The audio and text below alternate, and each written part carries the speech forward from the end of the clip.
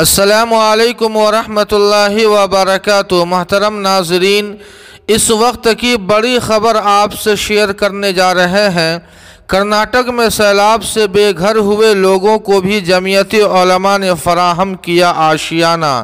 ہندوستان میں اسلام حملہ آوروں کے ذریعے نہیں بلکہ عرب مسلم تاجروں کے ذریعے پھیلا، جن کے کردار و عمل کو دیکھ کر لوگ متاثر ہوئے اور انہوں نے کسی ڈر اور لالچ کے بغیر اسلام قبول کر لیا۔ جمعیت علماء ہند کے صدر مولانا ارشد مدنی نے آج یہ بات کرناٹک میں میسور سے متصل ضلع کوڈاگو کے سداپور میں منعقد ایک اجتماع میں کہی۔ اس اجتماع میں آج مولانا مدنی کے ہاتھوں 2019 میں آئے تباہ کن سیلاب میں بے گھر ہوئے 30 لوگوں میں سے 16 لوگوں کو مکانات کی چابیاں دی گئیں، ان میں غیر مسلم بھی شامل ہے۔ مولانا مدنی نے اپنی بات کو آگے بڑھاتے ہوئے کہا کہ یہ بات سراسر بے بنیاد اور تاریخی طور پر غلط ہے کہ ہندوستان میں اسلام حملہ آوروں کے ساتھ آیا۔ ہندوستان میں مسلمان 100-200 سال سے نہیں بلکہ 1300 سال سے آباد ہے۔ مورخین کا اس بات پر اتفاق ہے کہ ہندوستان اور عرب کے درمیان اسلام کی آمد سے پہلے سے تجارتی و کاروباری تعلقات رہے ہیں۔ البتہ اسلام کی آمد کے بعد کچھ مسلم تاجر عرب سے کشتیوں کے ذریعے کیرلا پہنچے اور یہیں آباد ہو گئے۔ ان کے پاس کوئی فوج اور طاقت نہیں تھی بلکہ یہ ان کا کردار اور اخلاق ہی تھا جس سے متاثر ہو کر یہاں کے مقامی لوگوں نے اسلام قبول کر لیا۔ ناظرین، مولانا ارشد مدنی نے یہ بھی کہا کہ تاریخ کی کتابوں میں کیرلا کے ہی کچھ راجاؤں کا ذکر ملتا ہے جنہوں نے اسلام قبول کیا۔ ایک راجا کے تعلق سے یہ ذکر بھی ہے کہ اس نے جب شق القمر کا معجزہ دیکھا تو حیرت زدہ رہے۔ اپنے دربار کے نجومیوں سے اس نے اس بابت دریافت کیا تو انہوں نے جو کچھ بتایا اسے سن کر اس کے دل میں عرب جا کر آقا صلی اللہ علیہ وسلم کی زیارت کرنے کی للک پیدا ہوئی۔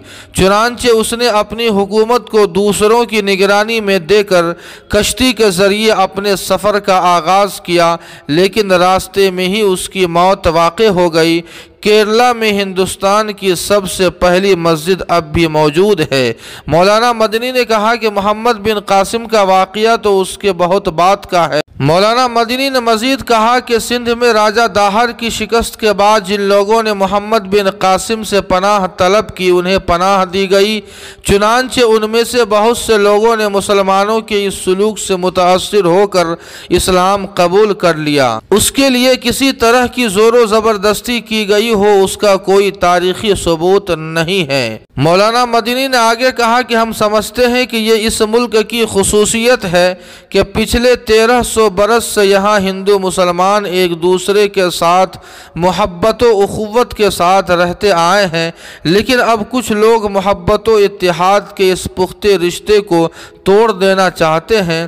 وہ نفرت اور غلط فہمیوں کو بڑھاوا دے رہے ہیں، ڈر اور خوف کا ماحول پیدا کر کے ایک مخصوص طبقے کے خلاف محاذ آرائیاں کی جا رہی ہیں۔ ایسے لوگوں کو شاید یہ بات معلوم نہیں ہے کہ یہ ملک اتحاد اور محبت سے ہی آباد رہ سکتا ہے، اور اگر نفرت اور جنگ و جدال کی سیاست کی گئی تو پھر یہ ملک تباہ و برباد ہو جائے گا۔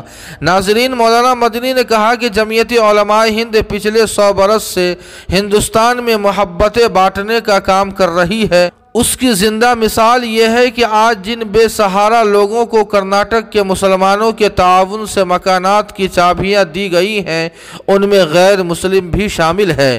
انہوں نے کہا کہ کچھ لوگ اقتدار کے لیے نفرت کی سیاست کر رہے ہیں، اس کے لیے ہمیں عام لوگوں کو بیدار کرنا ہوگا۔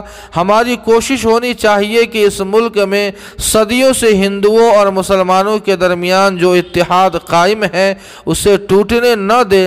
مسلمان ہندوؤں کی خوشی اور غم میں شامل ہو، ہندو بھائی مسلمانوں کی خوشی اور غم میں شامل ہو، اس سے ہی سماج اور معاشرے میں یکجہتی اور باہمی اتحاد کو فروغ دیا جا سکتا ہے۔